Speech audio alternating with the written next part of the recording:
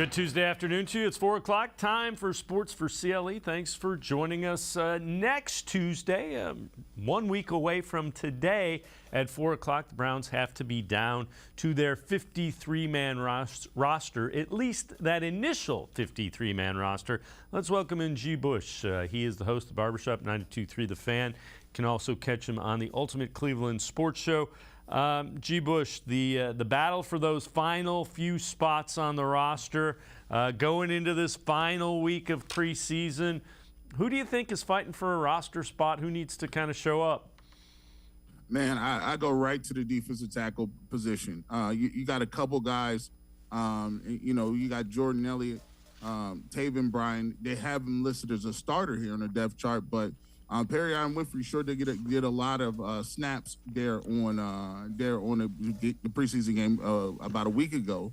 The thing about Perrion Winfrey is, you look at his grade, 47%. It wasn't something like it was like, it was going to jump up and bite you.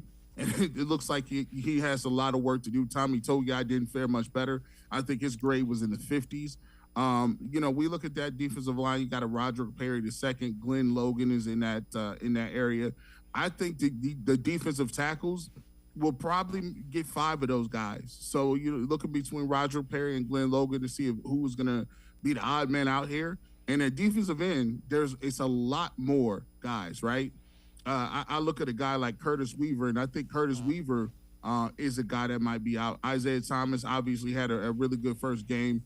He had a lot of production. I look at Curtis Weaver in the game last week against the Eagles. Defensive line wasn't really doing much up front. So I would think Curtis Weaver's name is up there as well. And then we look at a guy like, a few guys, Chris Odom, Isaac Rochelle. Those guys look to be fighting for a position as well. So I think there's one guy that's going to get it between those 3 guys, Curtis Weaver, Isaac Rochelle, and Chris Odom. And then we look at, a linebacker. I think Tony Fields has played pretty well. He's been running all over the place. I think that will linebacker position between Tony Fields and Will Harvey Jr., who played a lot. I think that's a camp battle as well. Tony Fields is a guy that they draft. He's a guy that fits into the mold of versatility. But Willie Harvey Jr. has not played really terribly himself. And then I would go to the wide receiver position. I think Mike Harley Jr., Javon Wims, Dalen Baldwin, those guys, and Jamarcus Bradley even are fighting for a couple positions there as well, because I think Michael Woods, what he did in camp so far, probably put him into a position where he's going to be the guy that's going to get that nod. I think they like Mike Woods a lot, what he was able to give them. So you look at Donovan Peoples-Jones, David Bell, Mike Woods, Amari Cooper, Anthony Schwartz. That's 5 right there. And then don't forget, you still have Demetric Felton, who they're probably going to keep on the roster as a receiver and kick returner, but he's technically a running back. Then I think he'll be on the roster as a receiver too. That's 6. That possibly lets them keep 1 more. So I think it's up in the air with that. But I think those are where the major battles are coming from. And ironically, it's for the positions that they're the weakest at, because no one's really jumped out and took that position. Yeah, that's kind of where I was getting. That's where I'm going next. What areas need to be upgraded? And when you tell me that, we'll look at some areas that they may upgrade as well. So I'm assuming you're going to say tackle and wide receiver? Yes, of course. And defensive tackle more than wide receiver, because if you look at wide receiver, you could argue, well, Schwartz was hurt, Bell was hurt. They like Mike Woods. He's just happened to be hurt. So it's just the injury bug with that. Some people could argue that it's just, from the injury standpoint, that's why their roster looks the way it does in terms of the wide receiver room. Defensive tackle room, it comes down to skill level. I know the Browns don't really truly need to go out and get, a top flight defensive tackle, but I just wasn't impressed with the run fits. I just wasn't. When you look at the grades, PFF wasn't impressed with the grades. And the eye test, it doesn't look like, I'm not going to call any guys soft up, but I didn't see the line of scrimmage being changed. I didn't see a lot of flying around. I didn't see a lot of guys pushing guys back, getting in the backfield, making plays, and really getting back there to deliver blows. I didn't see that. So for me, the defensive tackle room, when you're playing in a division like this, and we keep saying it, Joe Mixon is going to run the ball. You know it. J.K. Dobbins and Gus Edwards are back. Lamar Jackson, they run the ball. They're going to be back to running the football. Najee Harris is a guy like that's going to run the football. Like, so you can't just have no-name gangsters up front. You can't have just Jags up front, just, dudes that are up there, because it's too much to just say we got Jadeveon Clowney and Myles Garrett, so everything's going to be cool. No, we need to get defensive tackles that are really playing the run. If you're not going to give me nothing on the pass game, okay, I get that. But on the run fits, we got to have something on the run. And to me, defensive tackle has been the most disappointing position out here this preseason. Yeah, to your point, against the Eagles, and I know it wasn't the starters, it wasn't Elliott or Bryan, but first two possessions, 31 plays, 2 touchdown drives, and a lot of it was just running right up the middle. They weren't running wide a whole lot. They were knocking them off the ball. All right, let's take a look. We're going to take a look at the defensive tackle free agents that are out there. These are the ones that are still out there. It's been updated. You got Williams, Sue, Joseph, Ogunjobi. So these are as updated as it comes. On the bottom there, you see 2 guys we recognize, Malik Jackson, Sheldon Richardson. Any of those guys intrigue you, or are you waiting for the other teams to get down to 53 to see if somebody pops? Man, all of them intrigue me. Like, let's be clear, all of them. Yeah, I get the fact that people want to go with a youth movement or something, but Starley Tuloli is out there. You got Ndamukong Suh. You got Sheldon. Hey, listen, Sheldon Richardson. I tap him on the shoulder right now and get Sheldon Richardson back up in here. I don't want to get to a point. See, this is the thing. The Browns are going to have a defense, right? The Browns have to have a dominant defense in order to carry them and help them win some of these games in the first 11. They can't. If you had Deshaun Watson, I could understand, right? I got Deshaun Watson. I got all my running backs. We're ready to go. No one's injured. I can count on the defense saying, okay, well, we don't need a truly dominant defense. But right now, you don't have Deshaun Watson. And if your goal is to make the playoffs, you're going to need to have a defense that is turning the football over, a defense that's playing aggressively, and is a top 2-3 defenses in the league. And so for me, I don't want to go out here and then figure out by taking L's that, well, we really might need to go get somebody. But by that time, it's too late. You done already lost 2 games. You gave up 200 yards or 175 yards a game to figure that out. The eye test to me says, listen, what those guys on that veteran list can give me more than what I'm getting, what I got in here now, because I haven't seen anything right now. I agree. I agree. They need to upgrade that. All right. One of the guys that we're talking about is Jordan Elliott, obviously. Myles Garrett was asked who he thinks is primed for a big season this year. Take a listen to Myles Garrett identifies. Jordan Elliott. What do you see from him? One, I think he's coming 20 pounds bigger, mostly muscle, and he's probably the most explosive I've seen him since he's been here. And he's so comfortable in this defense now. I think he's in a good state of mind, and I think he's really all signs are pointing towards him having a very successful year.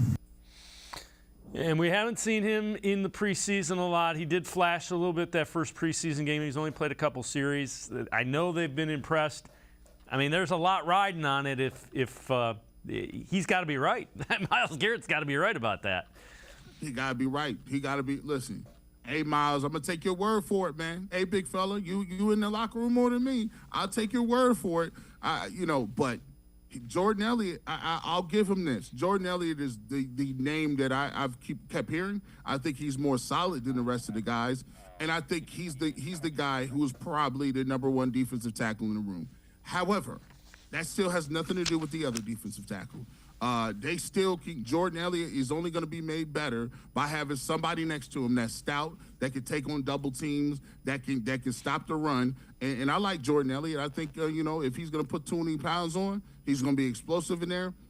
This is your opportunity, because if you're a defensive tackle, you're playing on a defensive line, and that is everyone's dream, to play with a guy like Clowney, to play with a guy like Myles Garrett, you know you're getting single blocked. They're not moving the protection to you. You're not getting double teamed. So you're going to see a clean slate every single game. If you can't eat in this buffet, I don't know where you're going to get some food at. Yeah. I just don't know. Yeah, I'm with you. All right, one other quick thing before we go to break. So Jacoby Brissett likely going to be the starter for the first 11, barring some unforeseen trade. Alex Van Pelt about what Jacoby Brissett brings to this Browns team. Yeah, I think that's huge, and he does bring that rock, in the locker room and on the offensive side of the football. Even going back to earlier in training camp, we were maybe 2 weeks in, and we had a really bad practice offensively, and he was the first one to call the group up and kind of just address the issues that we were having at that time. So he's a guy that's been there. He's done it. He's done it as a backup, and he's also done it as a starter. So those are valuable experiences that he's gone through, and we'll lean heavily on him as a leader. And, G. Bush, with Deshaun Watson, he won't be in the building after August 30th. So you're the quarterback, you got to be that guy. Yeah, and I've heard from inside sources that have told me when they went to the Bahamas and Deshaun Watson took those guys out there, the true leader, the most vocal leader, was Jacoby Brissett. You got to think about it. He was brought in prior to Deshaun Watson being here. So he's had an opportunity to kind of acclimate himself. Guys really pay attention to him. Guys really follow him. And so when people were saying, Jimmy G and people thinking about bringing in Jimmy Garoppolo, it's a far-fetched. You listen to the way Scott Van Pelt, talks about this guy. He talks about his leadership, his intangibles. They're going to lean on him. And one thing about Jacoby Brissett that I think people don't take into consideration is this. He's not going to turn the football over. One of the things that Kevin Stefanski, you could tell when Baker Mayfield was a quarterback here, even after being hurt. Kevin Stefanski, when he used to talk about the turnovers, you could tell that in his mind, it is nothing like killing a coach. It's saying, listen, just if we're third in this 3rd and 4, listen, you ain't got nothing, and we're in the red zone. Just don't throw it to the other team. Don't take the 10, 12-yard sack when you could just throw the ball away and get on the line of scrimmage and kick the field goal, right? Down, distance, time, at all, knowing knowing where you at, situational football. And sometimes to his detriment, Baker Mayfield seemed like he threw that caution to the wind. He's out here trying to make plays when you're in your own goal line and you're throwing the ball. No, just understand what you need to do here, understand the down and distance, and understand what you need to do to get your team some points on the board or minimize certain things that could go catastrophic. And I think the thing that Jacoby Brissett does well is he's not going to do that. He's not going to try to throw a seam route when he knows, hey, I could just throw this, check it down, get a couple yards, and get back on the ball and get it to 3rd and manageable. So those are the things that they're counting on. And if he can do that and be a heady, smart football player, I think the Browns will be in position to win some games late, close, with field goal position and special teams, which is, what they need to do in this situation if you don't have an elite quarterback. So I think he'll do those things, which is why I think they're comfortable with him. G. Bush and I are going to step aside, take a quick time out. Other side of the break, we will continue talking Browns quarterback. Sports4CLE will be right back. Stay with us. Come back to go forward. Back to learning new things. Back to pursuing your dreams. Tri-C has flexible learning options to fit your life. And every year, more than 1,000 local companies provide Tri-C students with real-world learning. The right education can boost your lifetime earning power by hundreds of thousands of dollars. Start now with a college education you can afford. Tri-C, where futures begin. The Ohio Lottery Partners in Education program recognizes role model students and teachers from across Ohio. Nominations can now be done completely online. To nominate a deserving teacher or student, go to ohiolottery.com. In the About section, find Partners in Education. There you will find links to the nomination forms. Students kindergarten through 12th grade can be academic all-stars. Teachers can be honored as a Teacher of the Month. The Ohio Lottery Partners in Education, where stars shine.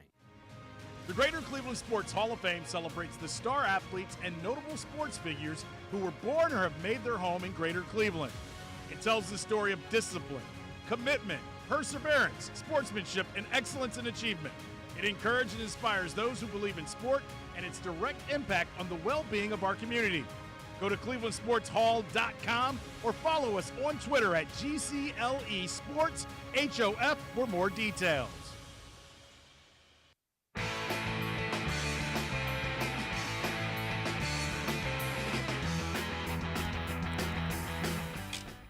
Welcome back to Sports for CLE. We continue talking Browns with G. Bush, host of the Barbershop, 92.3 The Fan, from 8 until noon on Saturdays. You can also catch him on the Ultimate Cleveland Sports Show. Let's head to the voicemail of Truth and Reason. This one about the Browns quarterback. Hello, my name is John Johnson. A couple of months ago, I left a message, and we talked about the Cleveland Browns quarterback situation. I spoke highly of Josh Dobbs, and I kind of got blowed off for that. Nobody agreed, but look at what's happening now. Josh Dobbs is a definite talent. I just want to say or ask a question. How do you feel about that? As you felt different 2 months ago, how do you feel about right now? Thank you for your time, and you have a great day. As always, appreciate all the voicemails. G. Bush, preseason, I want to see him do well in preseason, but I'll say this about preseason. The Browns were 4-0 in the preseason the year they went 0-16 under Hugh Jackson. So the preseason is the preseason, and you want to do better in it, but don't count on it translating. Yeah, it's I'm not going to say it's fool's gold. For some positions, for guys at the end of the roster, it's a very important evaluation tool in order to get your film out there to see whether or not you're going to make some squads or to see if you can contribute. So those are very important to guys keeping jobs and getting jobs in the league, right? With that being said, when you're talking about quarterback position, you got to think about it like this. You know, quarterbacks, they do a lot during the week as far as game planning. Defenses having game plan for Dobbs. Basically, it's a vanilla defense out there. They're just giving him certain things. And, you know, to his credit, he's taking advantage of it. You know, when stuff is not there, he's using his legs. He's been able to, throw the ball downfield, make some plays with his legs as well. And shout out to him. That's what he's supposed to do because he did, I think, he solidified his opportunity to say, hey, I'm going to be the number 2 guy behind Jacoby Brissett, right? I think Josh Rosen was in here. I think he was in a little bit of a competition with him. Josh Rosen has played terrible. I think he's going to end up getting released. He might make the practice squad. I'm not sure. But I think Josh Dobbs has played well in his limited action, and that, shout out to him for that. But preseason, by no stretch of the imagination, is an indicator on how good you're going to be if you're thrust into starting and playing significant snaps. Yeah, and again, he did what you said it perfectly. He did what he's supposed to do, and he showed, he's an NFL quarterback. All right, a guy that has a pretty good read on Jacoby Brissett is Keyshawn Johnson. This is from ESPN's KJM. Listen to what he says, and the argument was made about Jacoby Brissett and what his record in the NFL is. Here's Keyshawn Johnson defending him. I can break it all the way down for you. In 2016, he was backing up Tom Brady. Then he eventually backed up Jimmy Garoppolo. Then he went 1-1 in the loss. He got hurt. Okay. In 2017, the Colts were horrible. You and I couldn't do anything for them at the height of our careers, Harry. Didn't matter.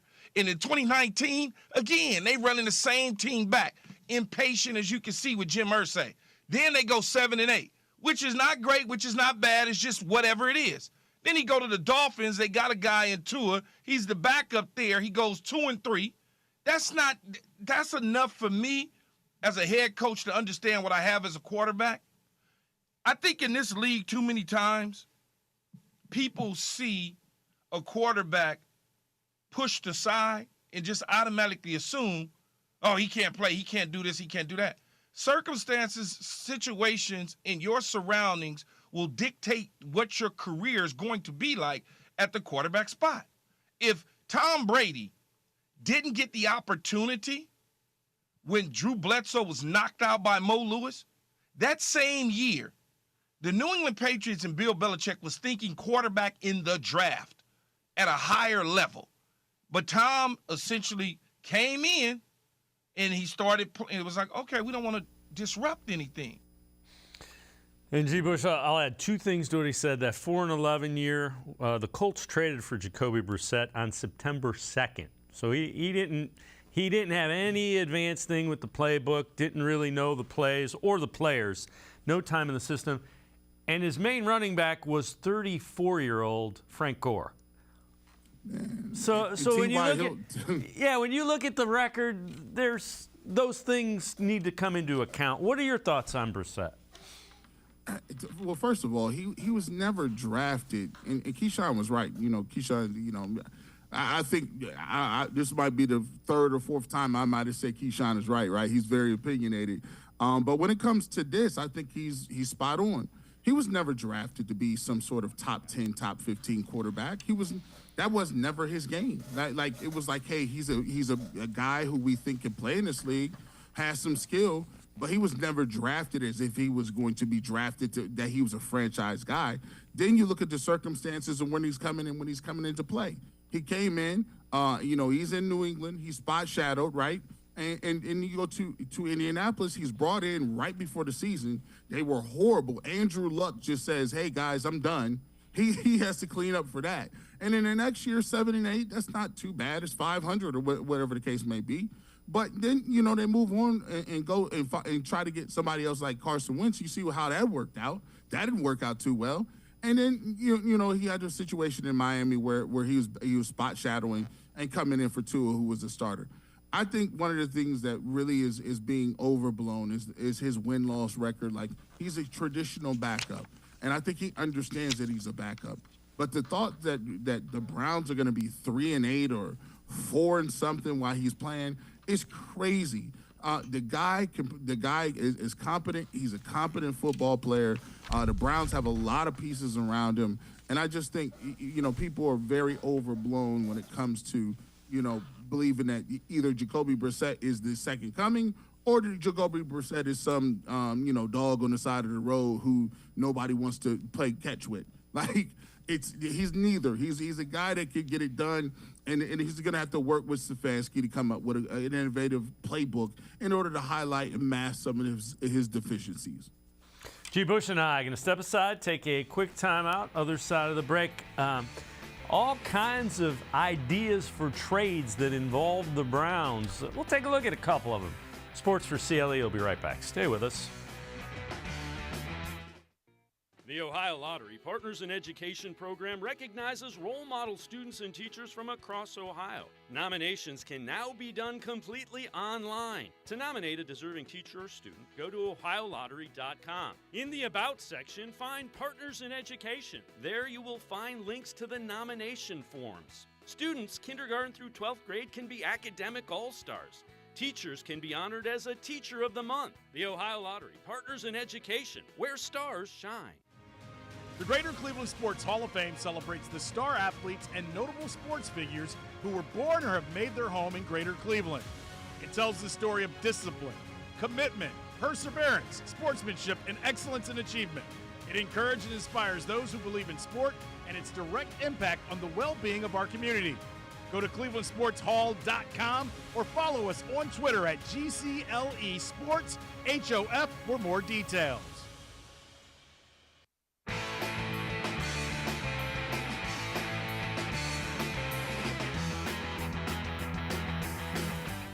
We continue talking Browns with G. Bush, host from the Ultimate Cleveland Sports Show. Catch that from 11 to 1 Monday through Friday on YouTube. Also 92.3 The Fans, The Barber Shop, Saturday mornings from 8 until noon. All right, G. Bush, we got some trades we're going to take a look at, potential trade ideas. This one's from Zach Jackson of The Athletic, and he did his 53-man roster, found a way for the Browns to kind of get down to that number was by trading D'Ernest Johnson to the Eagles for Jalen Reagor.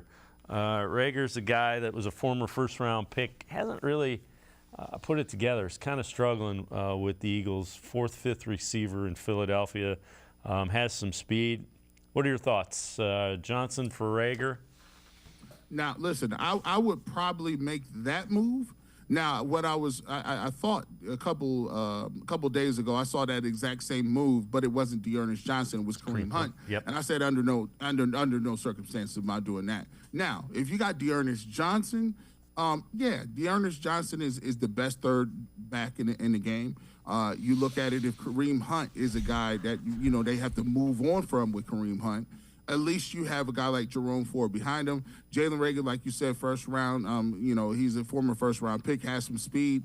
The Browns could use that type of skill set at receiver. Right now, they're very thin at the receiver position. I would think about doing that, because I think it's comparable. I think it's a comparable pick.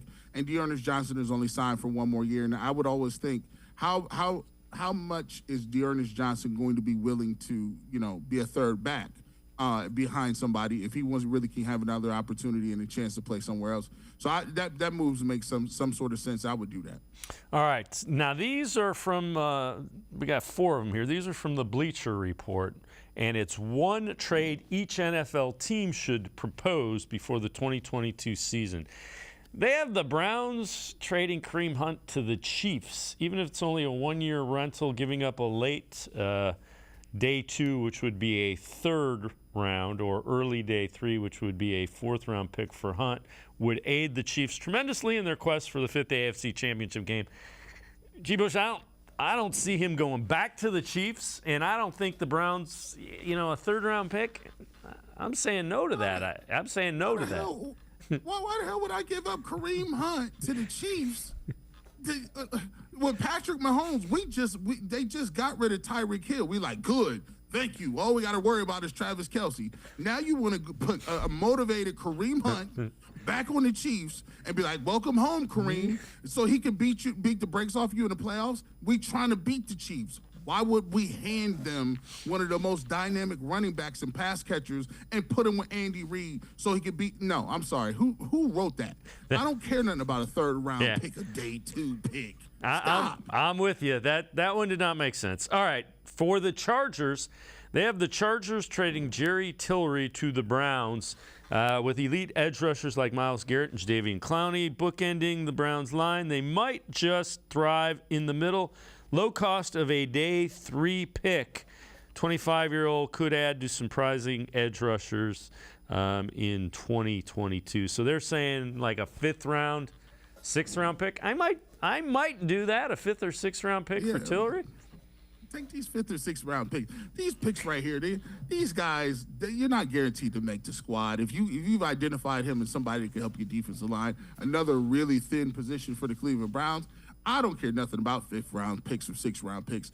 Granted, they're okay, but at the end of the day, I need the guys to play now. Forget the future stuff.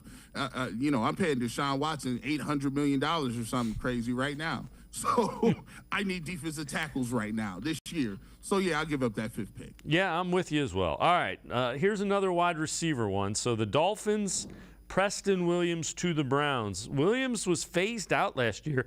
Just 6 passes for 71 yards, failing to find the end zone any of the 8 contests he played in.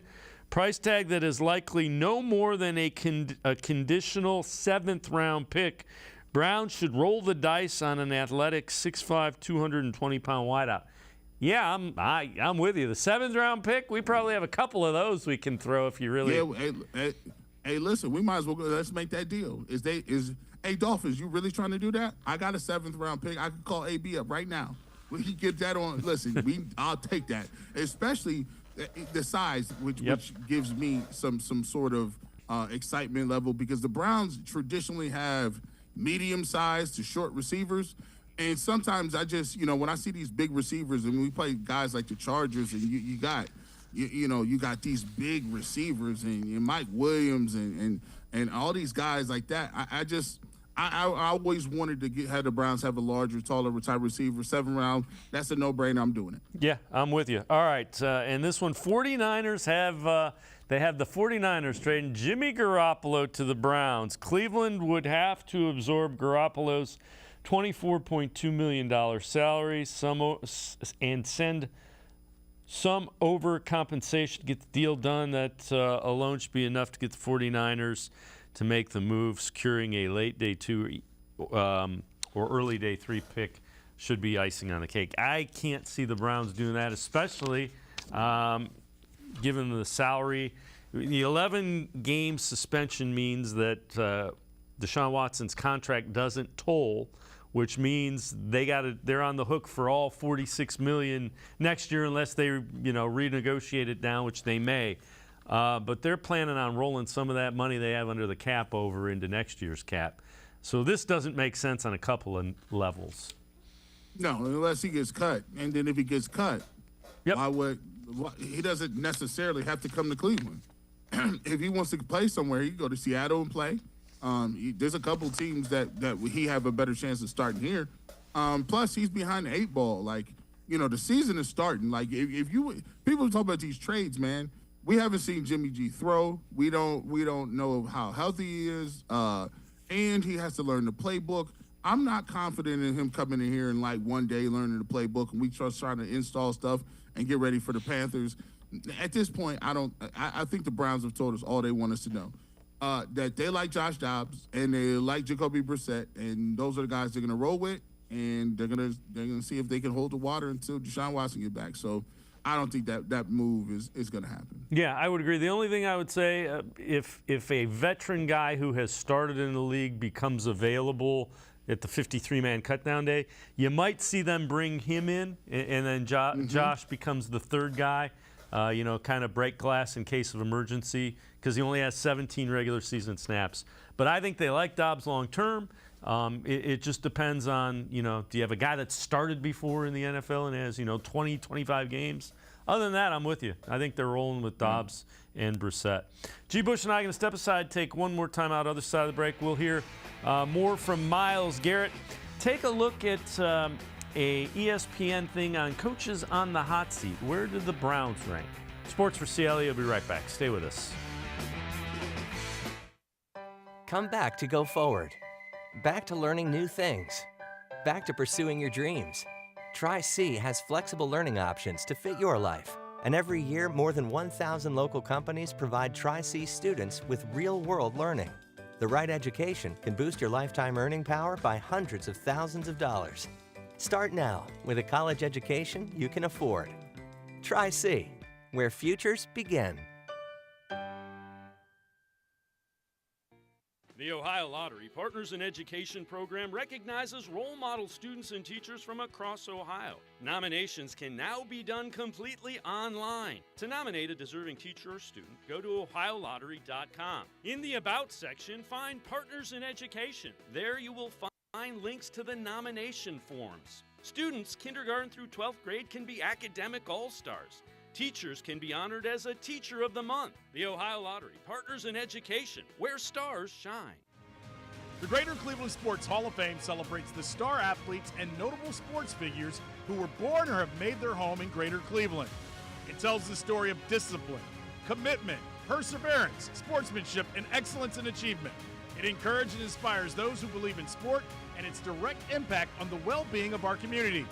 Go to clevelandsportshall.com or follow us on Twitter at GCLE Sports HOF for more details.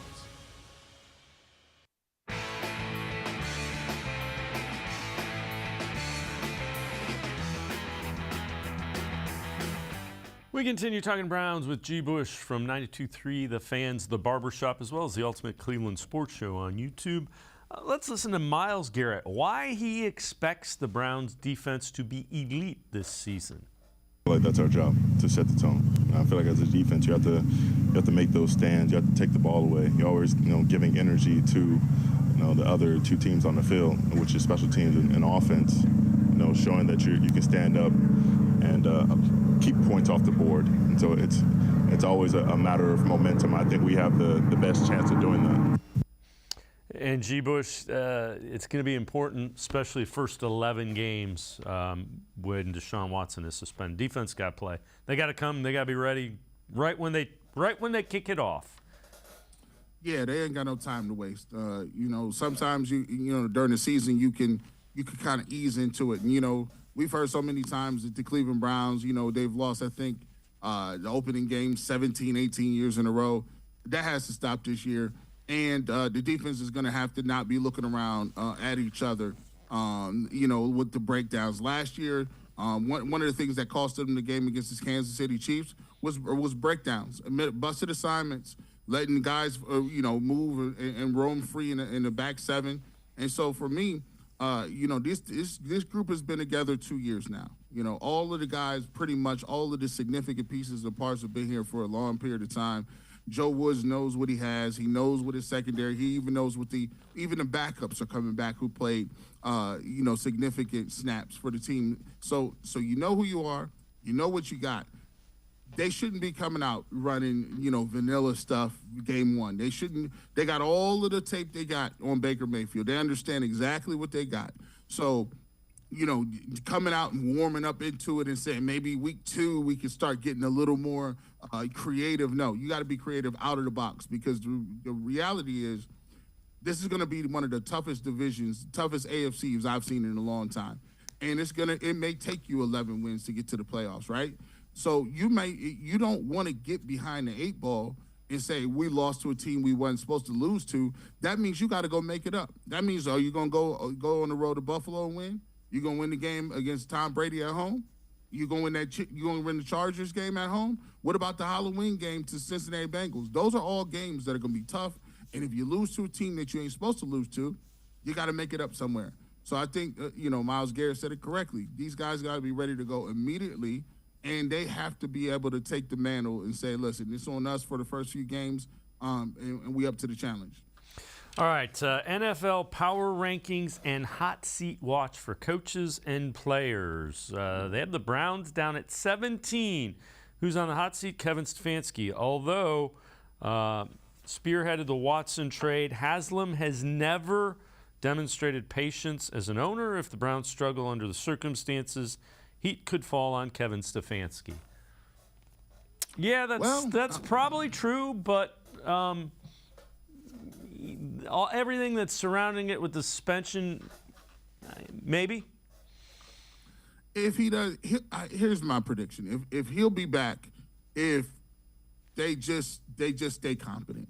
Like, they can't have a meltdown. Like, they can't go 4-something or start regressing in areas where the Browns have been traditionally bad, like clock management, penalties, crazy, stupid turnovers, getting beat by teams that they ain't got no business losing to, losing to backup quarterbacks or quarterbacks that just never played before, like coming off the street. If that happens, yeah, I'm sure anybody can get fired. Like, that's part of the game. But if they're just looking at it from a perspective of, if you're 9-8, 8-9, somewhere in that round, there's a lot of people that will say, hey, that's a good year considering what all the other different things are. But I will always, caution people. This is going to show you a lot about who he is as a coach. You're going to see what your upside is with him. Just like you saw last year, what is the ceiling for Baker Mayfield, right? So when you got to play injured, right? When you got to play and everything ain't optimum, how good of a quarterback are you? And we showed that he wasn't a very good quarterback. You have to have a lot of stuff going right around him. Same thing with Kevin Stefanski. Well, I'm going to see how good of a coach you are when you don't have some of these different things. Can you win a couple games with a backup quarterback? Can you win a couple games because you had a good plan? Can you win a few more games because you made the right move in terms of clock management before the half in the fourth quarter in the 2-minute drill? Those are all things you can show your skill level. And that's why teams, even if they don't have a really good quarterback, kind of a couple years ago, like the Steelers, they go 8-8. There's a lot of years where the Patriots last year, Patriots didn't have elite guys. They had a rookie quarterback and a bunch of no-name receivers and stuff. They didn't have an elite roster. Guess what? They made the playoffs. The elite coaches will show you that they can do things where everything ain't perfect. Kevin Stefanski is not going to have nothing perfect. He's not going to have his quarterback till week 11. When he comes back, he's going to probably have to switch the offense. But prior to that, I want to see how well he manages the clock, how well he motivates his people, and his game plans from week to week. And I think that'll show exactly who he is as a coach. All right, before I let you go, this is from Pro Football Focus. Guys on the roster bubble. We got 3 that they list as wide receivers. I want to get your thoughts. So from the Jets, Denzel Mims, a disappointing start to his career, caught 23 passes, rookie campaign. And you see they got Moore, they got Davis ahead of Mims. They also have Berrios and Garrett Wilson. All right. From the Giants, also in New York, Darius Slayton. Career started off back-to-back 700-yard seasons.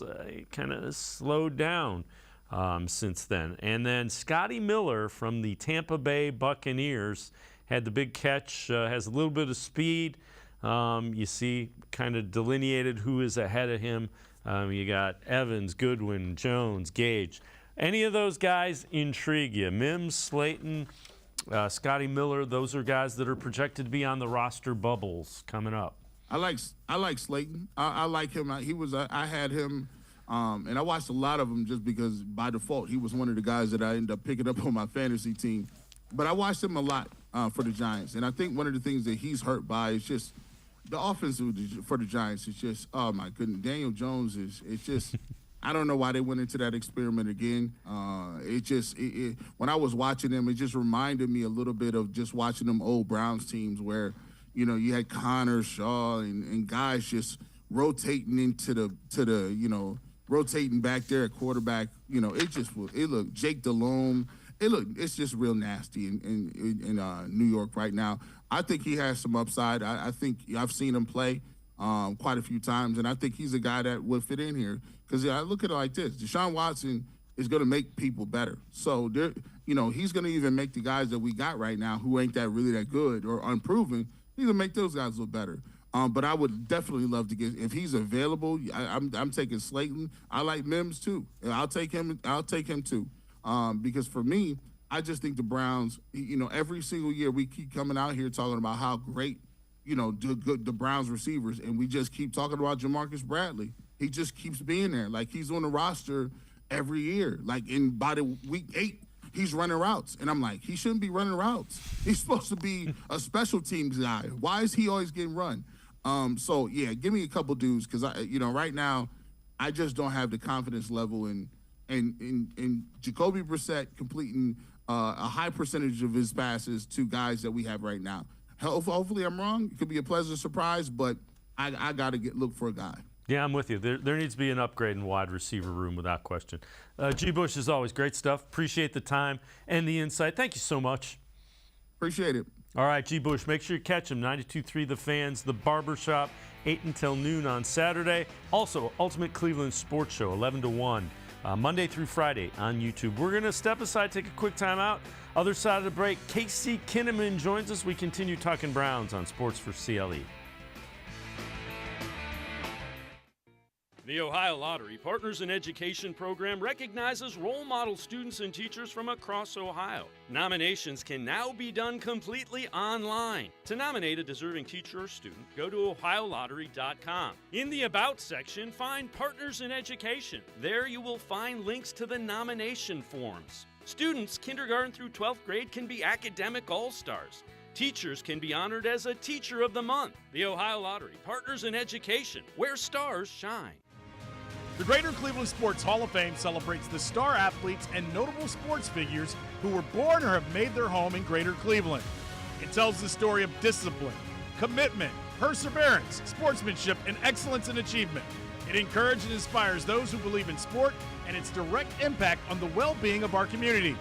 Go to clevelandsportshall.com or follow us on Twitter at GCLE Sports HOF for more details.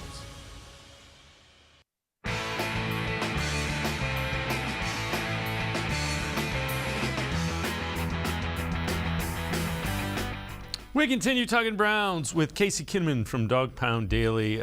Casey, let's take a look at this. I know you have written this article for Dog Pound Daily. 4 Browns offensive players who shine against Philadelphia.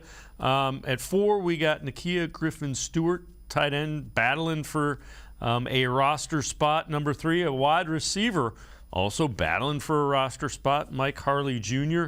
Number 2, Jerome Ford has... he's opened some eyes up in the first couple preseason games. Number 1, Josh Dobbs. And Dobbs has been as good as the Browns have had in the preseason. And I say preseason is preseason. You know, we've got people going crazy with Josh Dobbs and that kind of thing. And that's fine. You'd rather have him play well than not. Of those guys, who really kind of stood out, maybe more unexpected than some of the others? unexpected, I'd have to go with Griffin Stewart. He kind of separated himself from the rest of the hyphens that they brought in this offseason. And I think he's overtaken Miller Forstall for that tight end 3 position. He's showing a really good catch radius. He's good on the move. He looks like he could be a solid tight end 3. And I think he's earned those reps through his play on the field. He had a play in the third quarter. It was on a boot where he came across the formation, and Rosen hit him, but he didn't hit him in stride. It hit him on the back hip as he was running the opposite way. And he was able to snatch that and make it look easy for a 17-yard gain. It gives me a lot of confidence that I think that he can nail down that final tight end 3 spot, and eventually we're going to see him on the field. Mike Harley Jr. is a guy that's intriguing, undrafted rookie free agent. You saw some savviness to his ability to run routes in that game, if you were paying attention to him. Yeah, absolutely. You like to see the competitiveness, the double catch everybody keeps pointing to. But for me, it was the pump and go at the end of the first half when he got hit down the sideline on that little old shot play from Dobbs. That's just he looked really comfortable in that role. He's shown an assortment of routes that he excels at. He's got good quickness. He's showing separation. He's feisty. I think at the end of the day, he's a fringe 53 guy right now. And from everything we're hearing out of camp, I think they still like Michael Woods just a little more. I think he might latch on as that final receiver in the room. But I do think that if Hartley doesn't make the roster, I think he's a prime candidate for the practice squad. Yeah, I would agree. The thing to keep an eye on is they were putting him back in kickoffs and punts. And I know they didn't play Demetric Felton, who's listed as the starter in that. If he continues in that special teams role, it's a pretty good indication they're trying to find a reason to keep him on the 53. Yeah, he's showing himself they like, and they're trying to find ways to get him on the field and get the ball in his hands because he's a playmaker. I mean, I know they kept saying on the telecast he's University of Miami's all-time leading receiver. I think you got to slow up on stuff like that because Duke Johnson was their all-time leading rusher, and that doesn't always equate to success. But he's showing a lot of good stuff in practice, and he's feisty. And this room needs to churn the bottom, and he's the prime candidate to do that. And again, you would rather have, I've said this repeatedly the past couple of days, I'd rather have Josh Dobbs go out and play really well in the preseason, but before you think we've found a diamond in the rough, just remember it's preseason. It's very different. Yeah, a lot of those guys will be selling insurance here before too long that he's doing that again. So, yeah, be cautious when you try to anoint someone.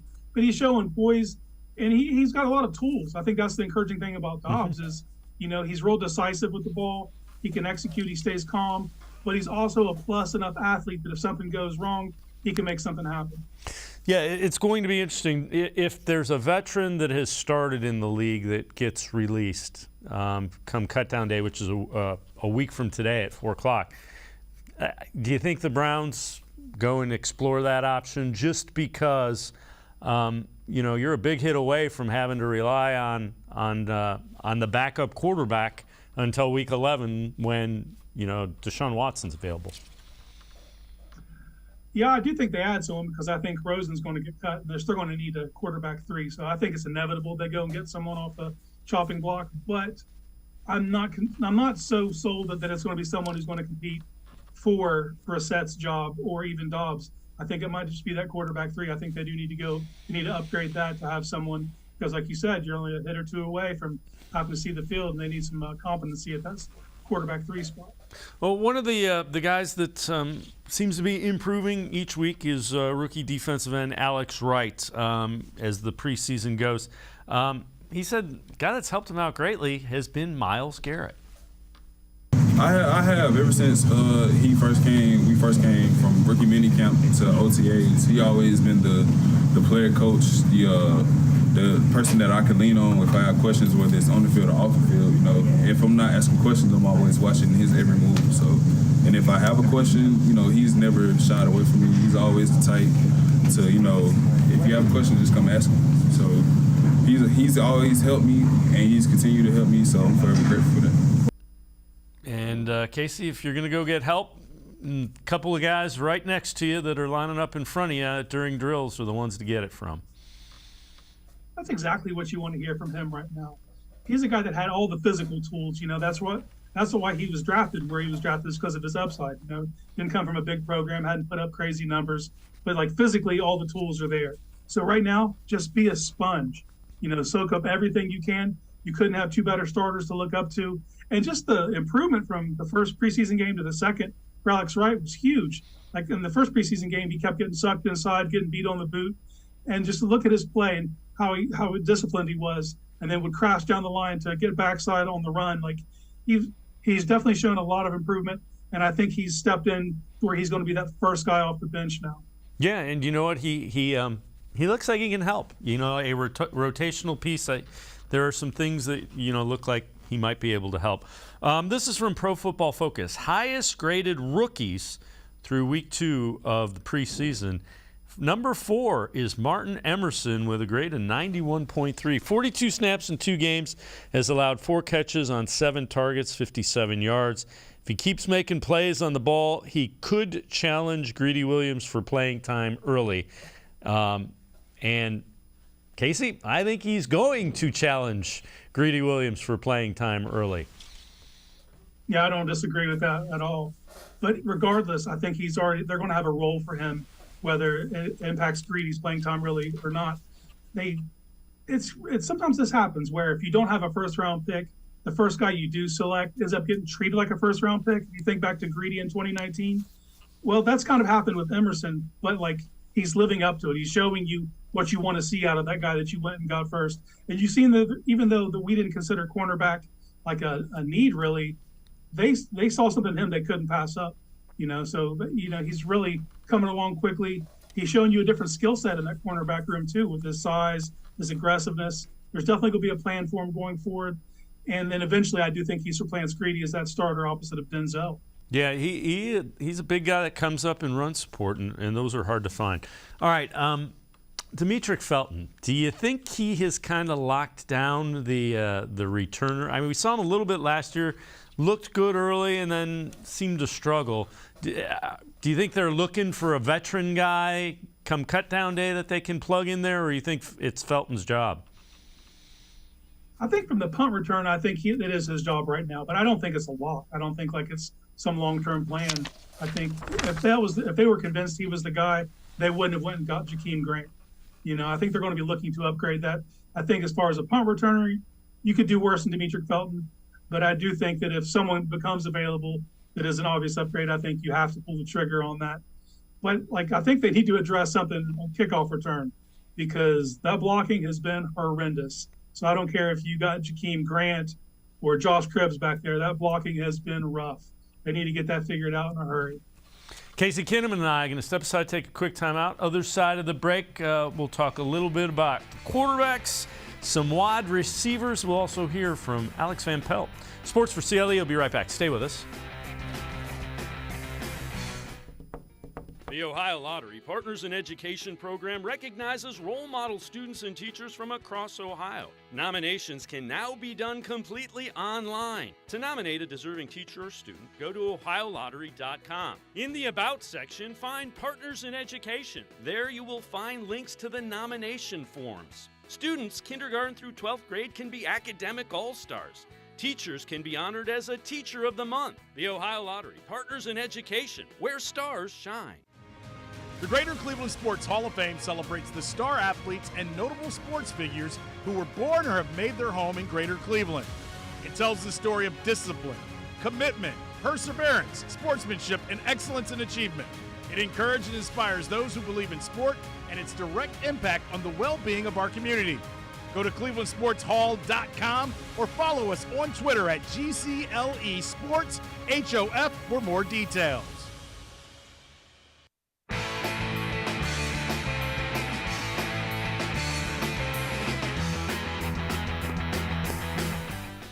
Welcome back to Sports for CLE. We continue talking Browns with Casey Kinnamon from Dog Pound Daily. So, Casey, Cutdown Day is coming up a week from today, 4 o'clock. Now, the 49ers, the roster guarantee on Jimmy Garoppolo doesn't go into effect until week 1, so there's some extra time. If Garoppolo does get cut, and you know, so you're not on the hook for the $25 million, is there any way you see the Browns, you know, going and trying to get him, or do you think that's sailed and that's not going to happen?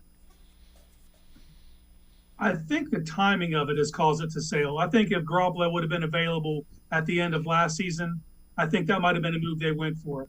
But because it is what it is, and if he doesn't become available, say 10 days from right now, then there's the acclimation period. You got to get him to learn the offense. And by that point, I think you're already 4 or 5 weeks into the season, And don't get me wrong, if this thing falls flat on its face, all bets are off and they can do whatever they do.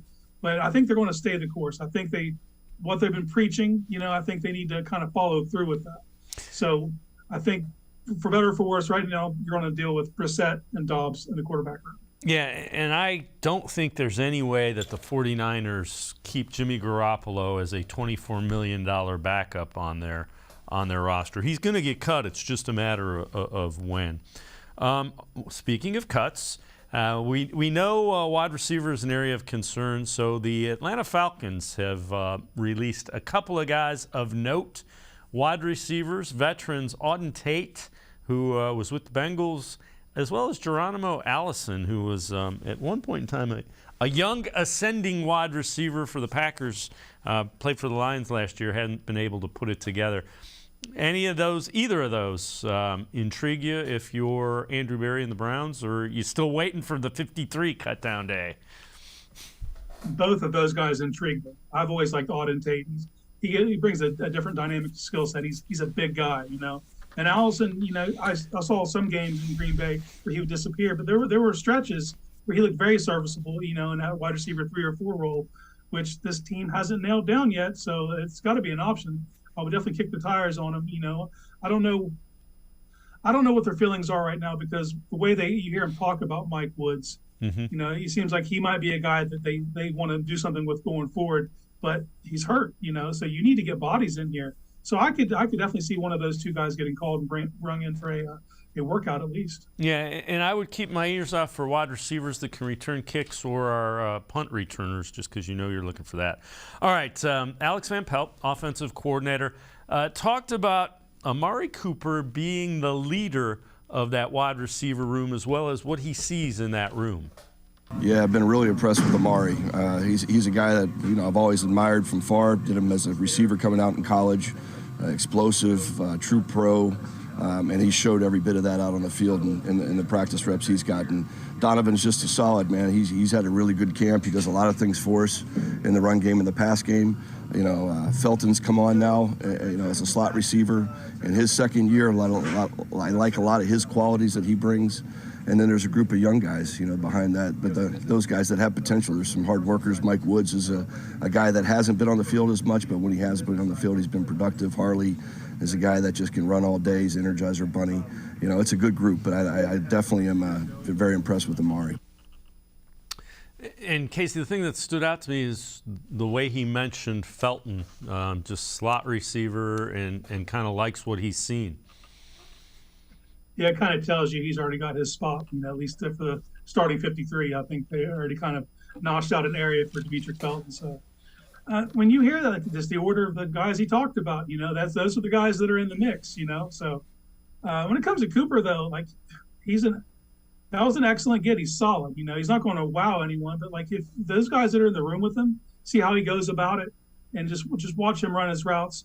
I've been watching a lot of his tape recently, and he's such a salesman. Everything looks the same until it's not, which is a defensive back's worst nightmare. So these guys have a good guy to look up to, and just how he carries himself. Doesn't say a lot, but I think that's the mold of leaders they're looking for when you look at Amari Cooper or Nick Chubb.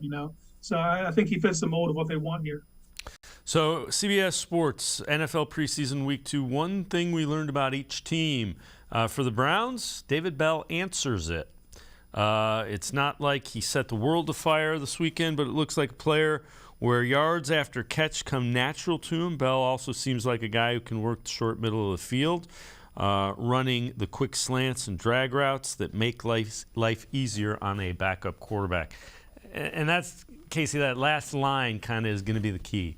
Slants, drag routes, you're going to see a lot of those. You're going to see a lot of screens with Jacoby Brissett.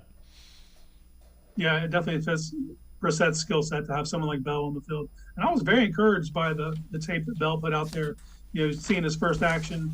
And what the word that kept coming to mind for me was slippery. He took it was like a 4-yard right over the middle late in the second half or first half.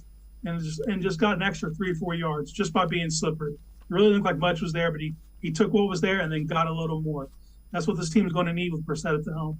The other thing I'd say is he didn't look like a rookie. You know, there was a polish and a savviness that you don't usually see from guys that aren't first or second round picks. No, he played at a high level his entire time at Purdue, you know, and he was the man the whole time at Purdue. So, you know, this is his first action, not being a number one, but he carried himself. You can see just, you know, like there's a certain professionalism, the way he's coming into the league, the way he's attacking his new position on this team. And, like, I think it's going to benefit him in the long run. Casey Kinnamon, Dawg Pound Daily, as always. Great stuff. Thanks so much, Casey. Thanks. Appreciate the time. Hey, no problem. Thank you, Dave. All right, Casey Kinnamon, make sure you read him, Dawg Pound Daily. It's going to do it for this edition of Sports4CLE. We will see you back here tomorrow at 4. Have a great night, everybody. See you tomorrow on Sports4CLE.